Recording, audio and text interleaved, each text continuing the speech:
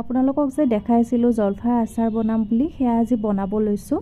Boil কৰি লোৱা জলফাইখিনিত হালধি আৰু নিমখ দি কিনে দুটা টান ৰ'দত ভালদৰে শুকুৱাই লৈছোঁ।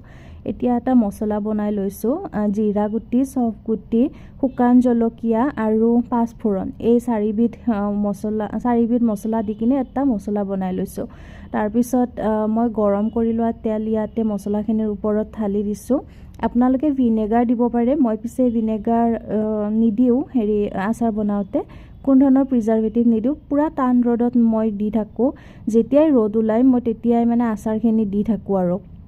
তাৰপিছত জলফাইখিনি এনেদৰে দি লৈছোঁ। জলফাইখিনি দি কিনে ভালদৰে মিক্স কৰি লৈছোঁ। এটা বহল মুখৰ পাত্ৰ ল'ব, যাতে আমি মছলাখিনি ভালদৰে সানি দিব পাৰোঁ।